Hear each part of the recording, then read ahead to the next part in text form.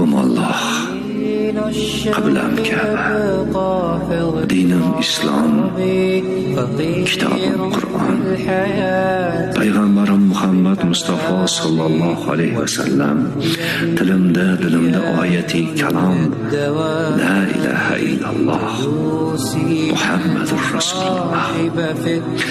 18 ming olamni yaratgan Alloh turg'azib qo'yibdi yerni Alloh. Bo'ysundirib unga quyosh, oy va havoni go'zal qilib yaratdi. Odam atoni. So'ng buyurdi farishtalarga sajda qilinglar deya odam atoga.